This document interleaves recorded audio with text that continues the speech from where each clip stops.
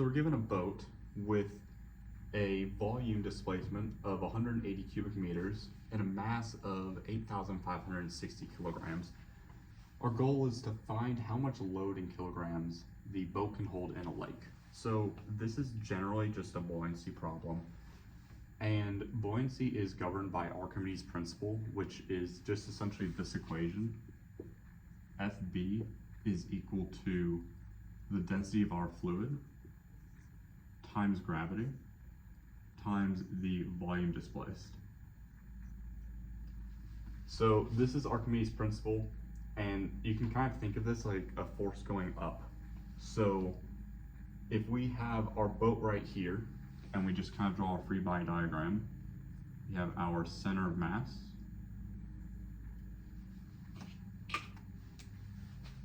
going up, this will be our buoyant force. This force and this force are the same. So all of this is going to be in the y direction or our vertical direction.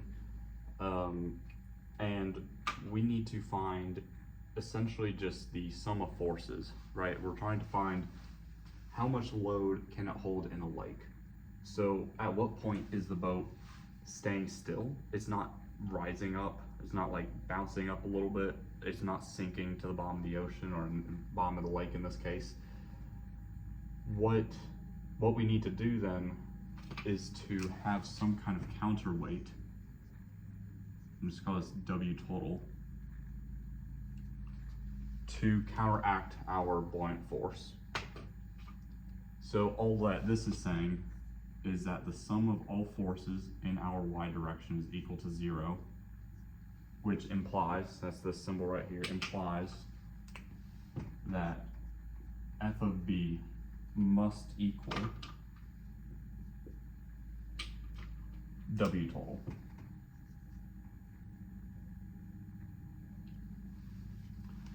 So that's essentially how most of the buoyancy problems go. It's something just as simple as this. The thing is, you have to figure out different kind of parts of it. I mean, we're not even given a density off of that. We're just saying, hey, we're just stuck in a lake right now, right? So let's just find our buoyant force first, because we can just do that now.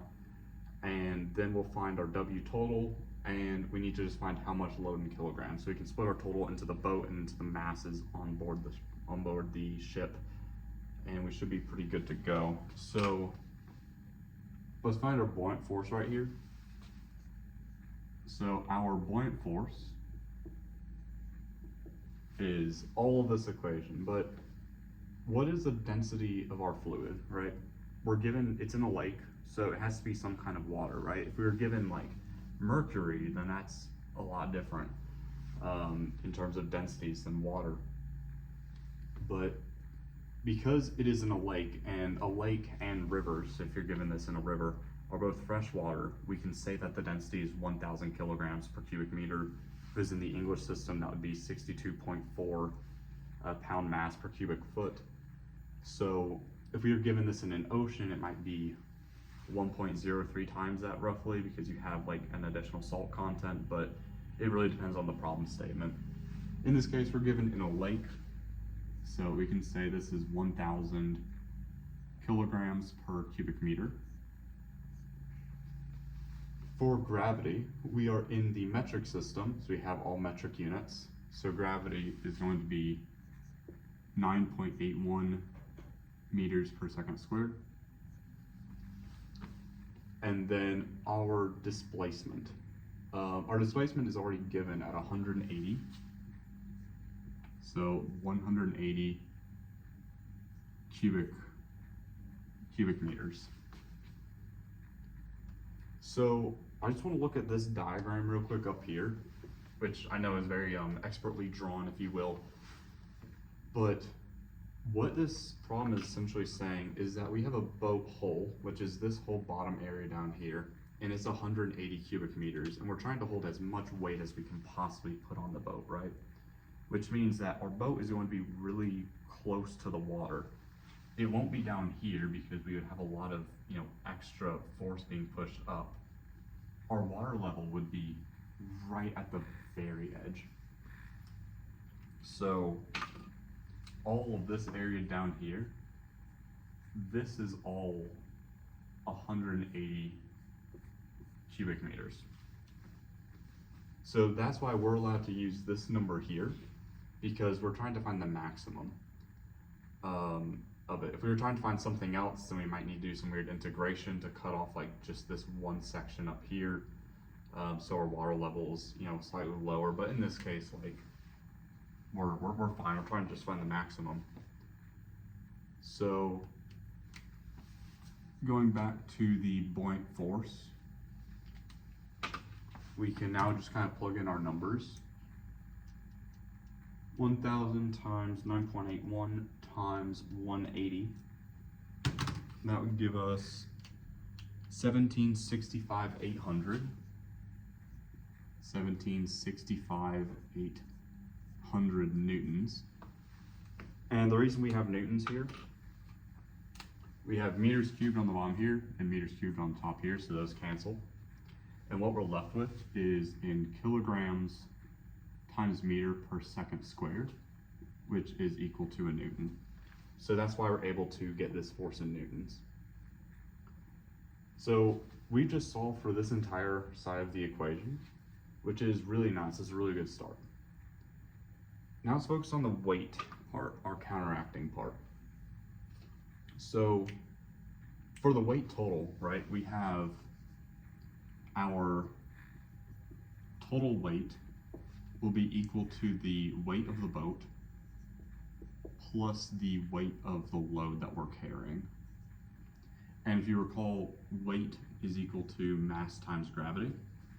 And this is just another way of saying F is equal to ma, but F is our weight and G, and A is our G rather. So our acceleration is just gravity, our force is just our weight. So this is just really F equals ma. So what we can split this up into, implying that W boat would be the mass of our boat, so M boat times our gravity plus M load, which is what we're trying to find,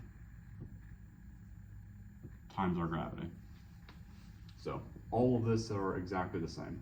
So this is just W equals mg, and we're trying to find the mass load right here.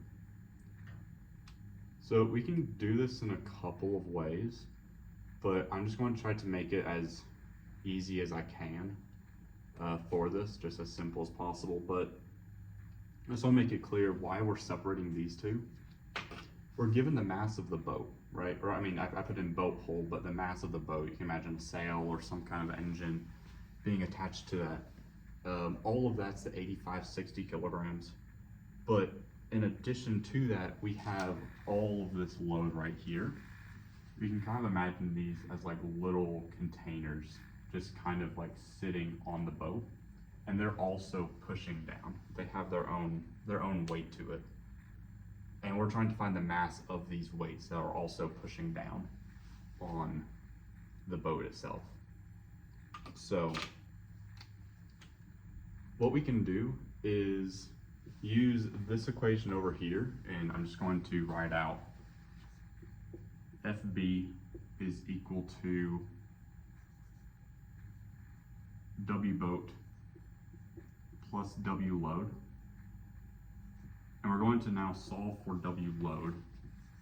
So W load is equal to FB, which remember we've already found up here, minus W boat. And I'm going to rewrite this one more time, just putting it into this mg form. So you'll have the mass load times gravity is equal to FB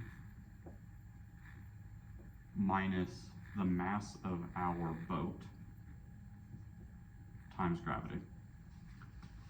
And right here, we're actually at a point where we can just divide out gravity completely. So we could cancel out gravity right here.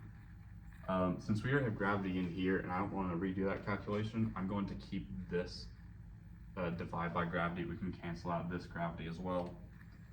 So what we're left with is mass load, or the mass of our load is equal to FB over G, and we're able to separate this because we're able to separate fractions because our operations kind of allows us to do that, I guess, in lack of a better sense, or better way of saying it. Whenever you have a positive or negative sign up here, you can separate them. If it's in the denominator, you can't do that. I'm sure there's some mathematical proof, but quite frankly, I don't know it, but I just know that this should work as it has worked before. So we have the mass of our load is equal to our buoyant force divided by gravity minus the mass of our boat. So we can just kind of plug in stuff now. So the mass load is equal to this number up here, 1765,800 newtons divided by, actually I'm going to rewrite newtons into kilograms per meter per second squared, as that's the same as we've already established, divided by 9.81 meter per second squared minus the mass of our boat, which is 8,560 kilograms. And why I wrote newtons like this is that we can clearly see our units. So we can cancel all those out. We're left with kilograms minus kilograms, which will give us kilograms as our final answer. So 1765,800 divided by 9.81 minus 8,560. That would give 171,440. 171,440.